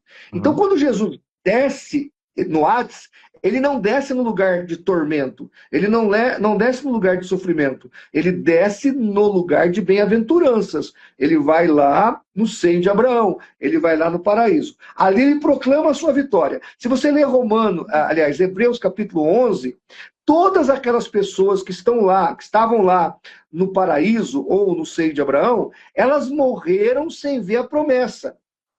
No final do capítulo 11 de Hebreus, fala que todos eles morreram sem ver a promessa. Lembra Jó? Jó 19, 25? Eu sei que o meu Redentor vive e que por fim me levantará destas cinzas. Então Jó morreu na promessa. Salmo 22, o Davi, vendo Jesus na cruz, morreu na promessa. Então quando Jesus desce ao Hades, ou desce no seio de Abraão, ele proclama a sua vitória, como está em 1 Pedro 3 e 1 Pedro 4, verso 2 em diante. Então ali ele proclama. Mas como que era feita essa divisão? Quem que iria para o seio de Abraão e quem que iria para o outro lado? Os salvos pela fé. A salvação sempre foi pela fé, Gleison. Sempre foi pela fé. Não, então, tudo bem. Mas você tem pessoas ali que faziam parte de povos que não tiveram contato com nada, com o Deus de Abraão, com o Deus de Isaac, Deus de Jacó. Deixa eu te fazer uma pergunta. Você vai solucionar isso na tua cabeça. Quem pregou o evangelho para Abraão? O próprio Deus. O próprio Deus. Olha, eu sou professor de história. Teve um faraó, Ixos, no Egito, chamado Akhenaton. Akhenaton era monoteísta. Eu não sei se ele foi salvo, eu não sei se ele acabou se convertendo, mas ele tentou destruir o politeísmo egípcio e acabaram matando ele. Mas isso é só uma história. Deus pode se comunicar com todo aquele que entende, pelo menos, o básico da revelação natural. Então isso não é o problema. E a salvação, mesmo antes de Cristo, ela sempre foi pela fé. Nunca houve salvação pelas obras. E olha que eu creio nas dispensações. Independente das dispensações, a salvação sempre foi pela fé. Pela fé. Sempre sim. E aí o que acontece? Neste processo de salvação, Deus traz a graça para nós. A graça, ela é um facilitador. Lembra quando Jesus morre na cruz? O que acontece no santuário, no templo? O véu se rasga. Quando o véu se rasga de cima para baixo, é Deus dizendo, agora não há mais nada entre eu e o homem. Tito 2,11 está escrito que a graça de Deus se manifestou a todos os homens. Então, quando Jesus morre na cruz e o véu se rasga, é como se uma radioatividade do amor de Deus é espalhado por todo o planeta. Hoje, nós temos muito mais salvos porque a graça é mais poderosa do que a lei. A dispensação da lei não tinha o mesmo poder. Mas as pessoas sempre foram salvas pela fé, por meio da graça, em qualquer tempo. Tá. Não, eu conheço, né, toda essa visão e concordo, mas eu chego assim num ponto do seguinte, daquele cara que... Porque assim, quando a gente fala dessa maneira, parece que tem que haver algo unilateral de Deus, e de uma certa forma né? Mas assim, para ele ir e alcançar certas pessoas, né? Ir e alcançar certas pessoas. Assim, é uma linha muito tênue, né? De assim, daquela decisão, existem pequenas decisões, né? Que o cara tem que ter, tipo assim, ele viu a natureza e ele falou, Deus existe, né? Deus existe. Essa é uma primeira decisão, né? E aí, depois Olha, disso... Hum, vou dar um exemplo para você. Sócrates, eu não acho que ele foi salvo, mas Sócrates, ele chegou a uma conclusão filosófica que os deuses do panteão greco-romano eram falsos. Eram falsos. Ele nasceu naquele mundo, ele viveu naquele mundo, e aí ele estudou os deuses, e Sócrates, embora Sócrates foi o primeiro ateu da história da humanidade, Sócrates não era ateu. Ele não era ateu. Ele acreditava numa divindade superior, numa divindade única e singular. Ele não era enoteísta. Os gregos eram enoteístas. Então havia os Zeus, que é o deus superior, e os deuses inferiores. Isso chama enoteísmo. Já Sócrates não. Ele acreditava que realmente havia uma divindade superior, mas que não era a divindade do panteão greco-romano. Aliás, grego só, porque naquele tempo Roma não tinha tomado Grécia ainda. Então, o que acontece? Sócrates, um filósofo, um gênio da humanidade, aí, do mundo antigo, ele chegou a essa conclusão sozinho. Não sei se ele foi salvo, eu não acho que tenha sido, mas ele chegou perto da salvação. Por quê? Porque ele entendeu o relógio e o relojoeiro. Ele conseguiu ver uma divindade ali a mais. E isso é muito claro. É como se Deus tivesse deixado tanta evidência para que o homem fosse salvo, que não tivesse desculpa, que é o que Paulo escreveu aqui. uhum. Agora, é claro, todo aquele que se encontra com a revelação natural e a entende, vai vir sobre ele uma revelação sobrenatural. Aliás, uma revelação especial chamada graça de Jesus, o Evangelho de Jesus. Então, a revelação natural pode proporcionar a revelação especial e trazer salvação para o indivíduo. Eu sempre entendi isso baseado em livro de Atos e nas cartas paulinas, certo? Sim. Essa questão é tão importante porque agora a gente não está falando só de adventismo, né? Porque a gente fica focado aqui e tal, até a gente fica focado mais como apologetas no mundo cristão e nas seitas. Claro, né? Você também bate muito na questão do islamismo e tudo mais. Mas assim, a maior parte do mundo, né, das pessoas até hoje não são cristãs. A gente está falando também de questões, por exemplo, do índio e das tribos e dos povos mais da antiguidade que não tiveram contato, como você falou, né? Deus falou com Abraão, beleza. Mas a gente não sabe, né, com quem mais ele falou. E aquele povo que lutava contra o povo de Israel, que era a maior parte do povo que existiu naquela época. Então, essa é uma questão séria, porque a gente está trazendo o adventismo, mas... Por que eles lutavam com Israel, você lembra?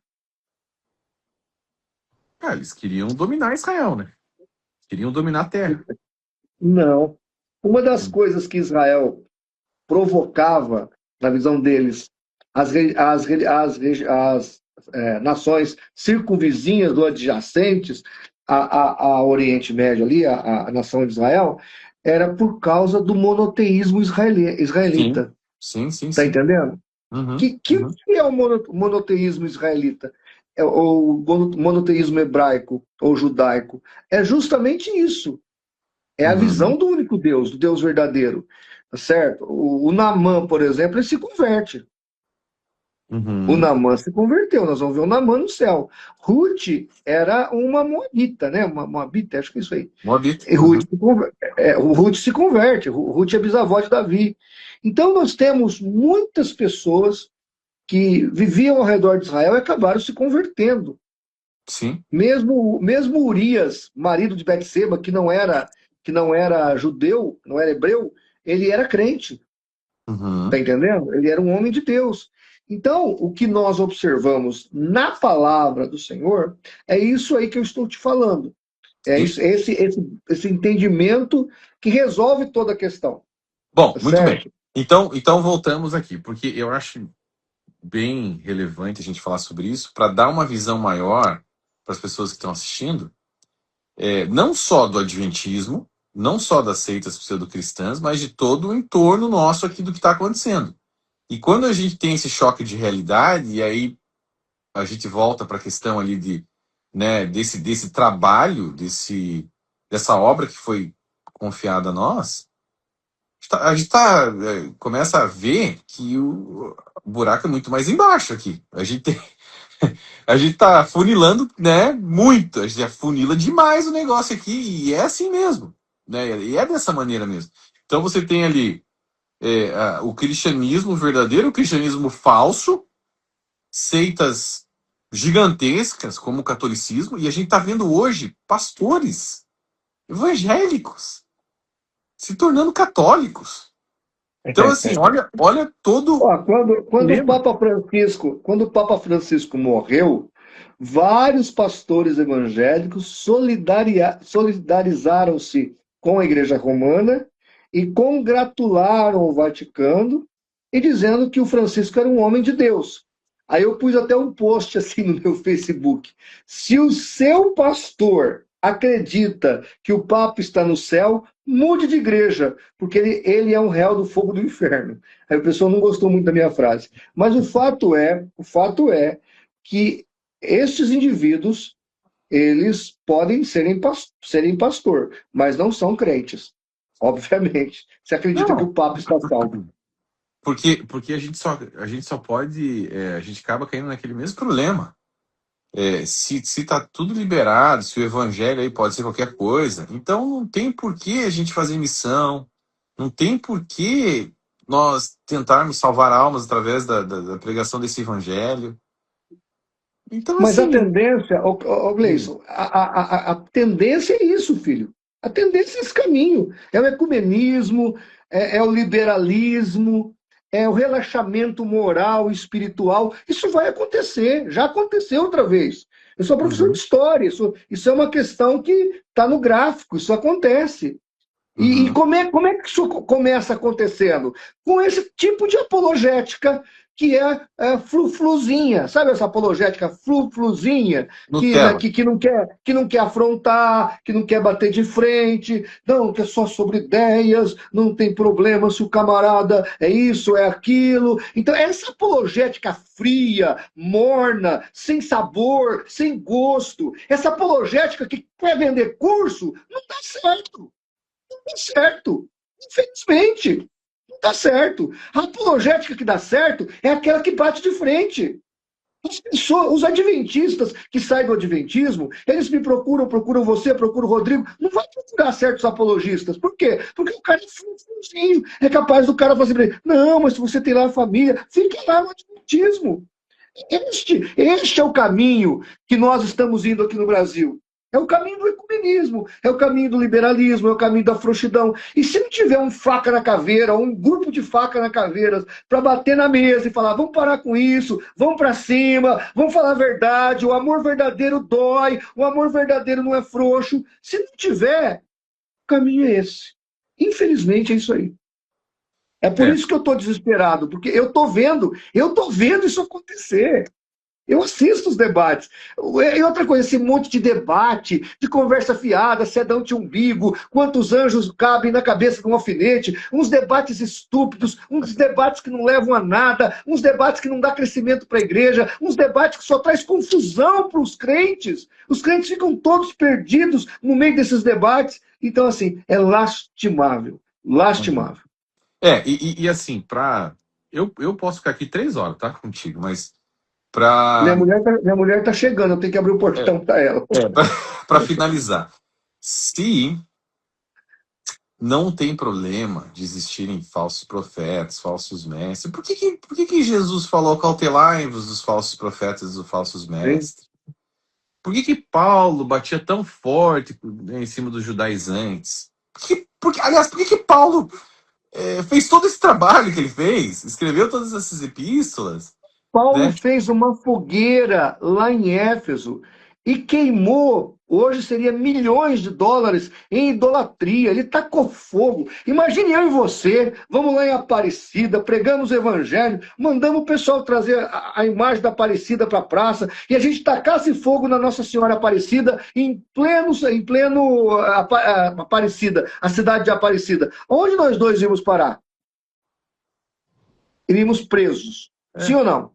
Sim. Detalhe, os evangélicos iam dizer o que da gente? Mal, falar mal. Dois fanáticos, dois retardados, foram lá queimar os santos. E se nós agíssemos como Jerubal, como Josué, que foi lá e tacou fogo nos ídolos dos filisteus e derrubou tudo e acabou com tudo? Então, cadê os profetas de hoje, meu caro Gleison Pércio? Cadê os caras? Tá entendendo? Eu vejo, quando eu leio os teus livros, eu imagino isso sendo gritado e pregado dentro das igrejas. Eu ouço o teu grito quando eu leio o Descortinando o Adventismo.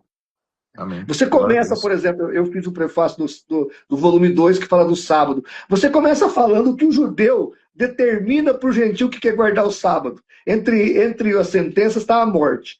Então aquilo ali, eu escuto o grito daquilo ali. E nós precisamos gritar. Nós precisamos avisar as pessoas. O verdadeiro amor não se cala, Gleison.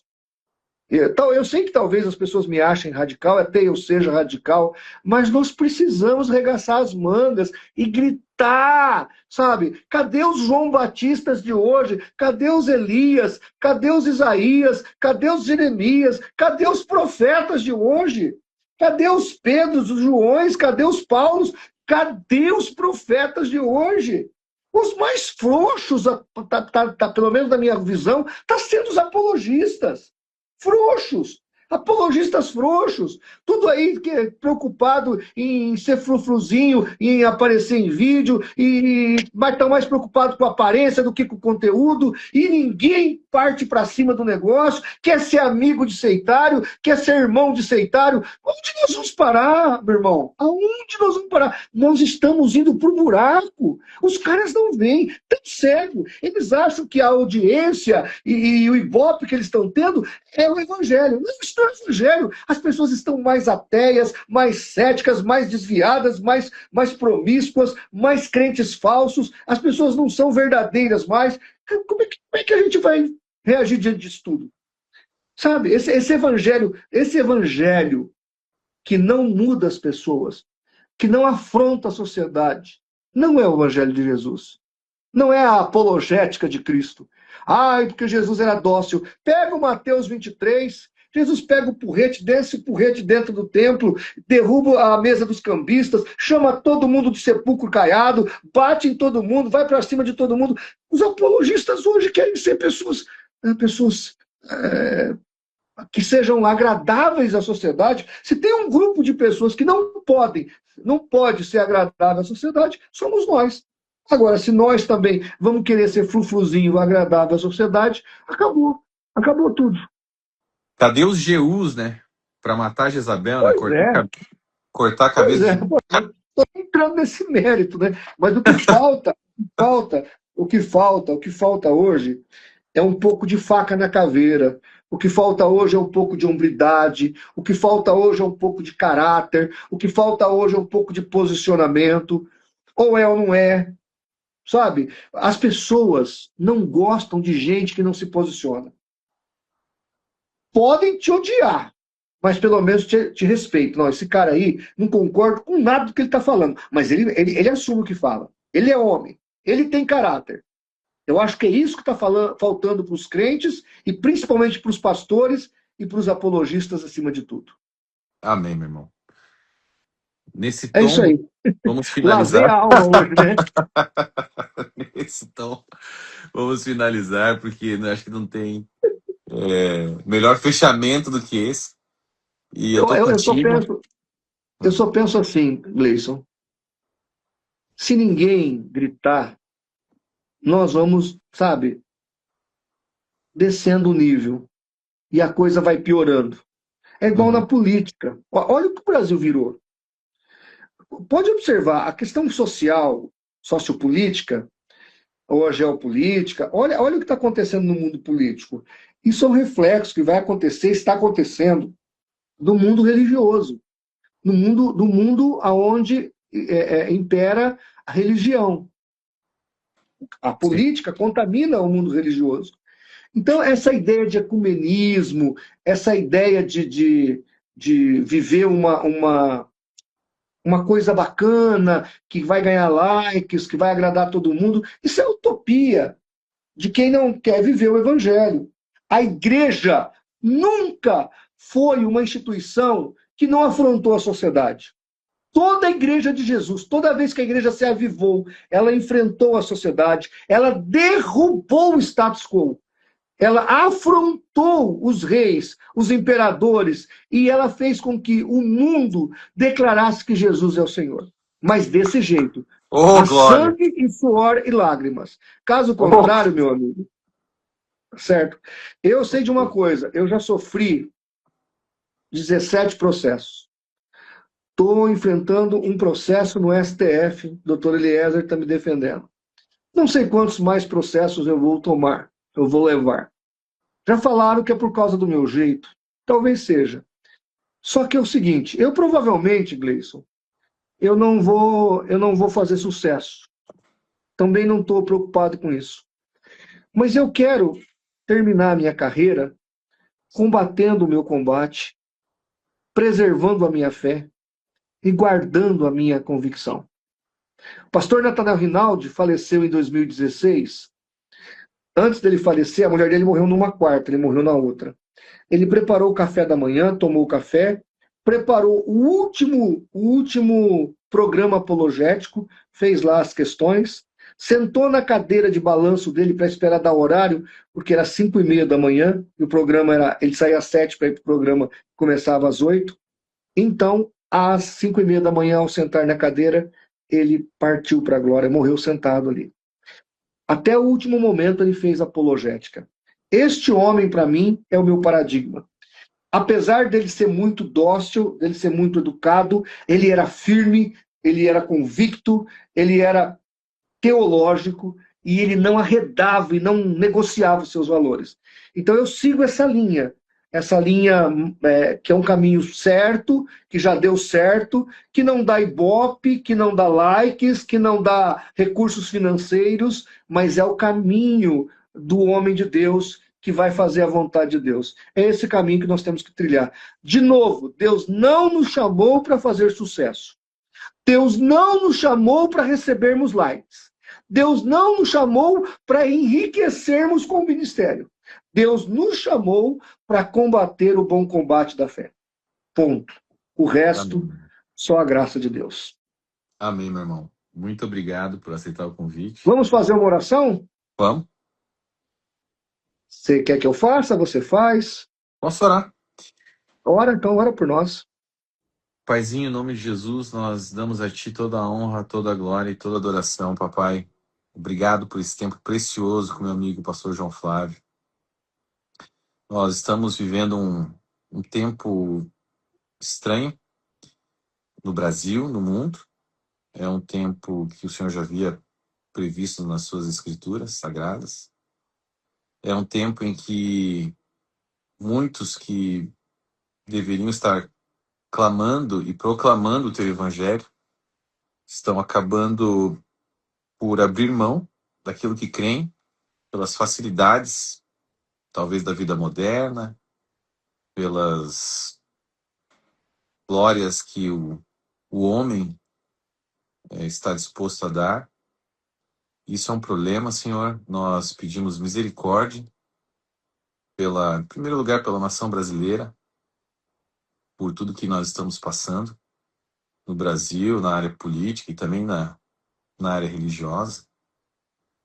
Paizinho, nós pedimos que o Senhor possa, como o pastor João Fábio disse, levantar pessoas como o apóstolo Paulo, pessoas como o profeta Elias, o profeta Jeremias, o profeta Isaías, Pai, como João, Paizinho, como Pedro, pessoas destemidas, Pai, pessoas que possam falar a verdade, doa quem doer.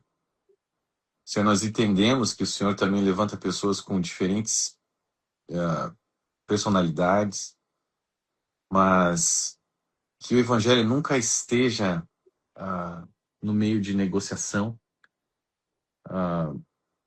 por isso ou por aquilo, mas que esses apologistas e esses teólogos que o Senhor, esses mestres que o Senhor tem levantado, nunca abram mão, Senhor, daquilo que é verdadeiro, do teu verdadeiro Evangelho,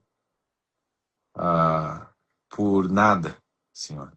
Porque o que está aqui e o que a gente quis trazer nessa live, Senhor, é, de fato, salvação ou perdição de almas.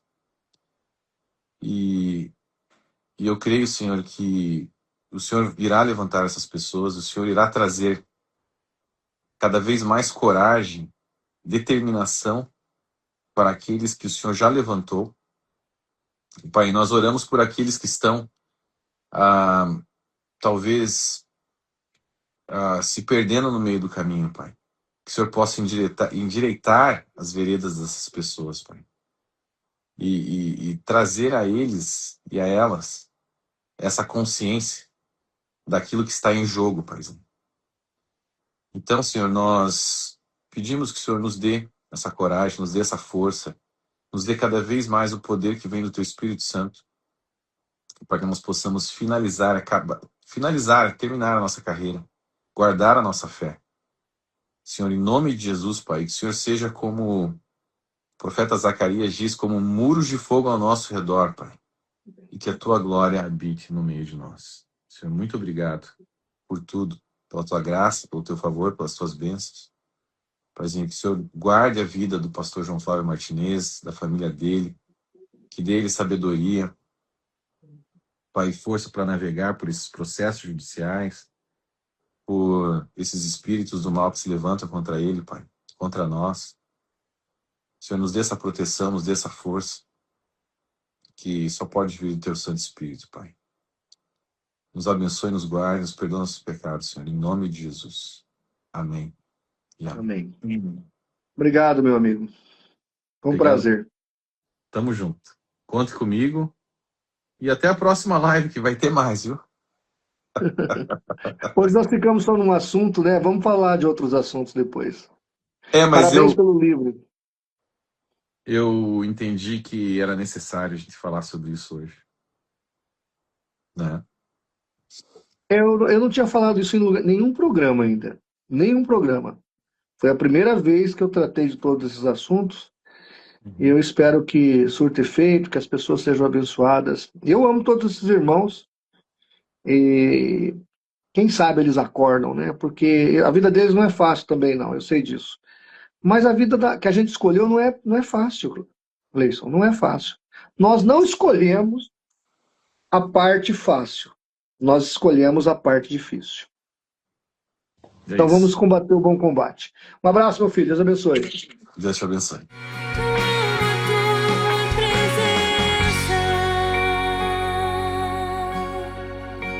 Eu amo a tua presença, você me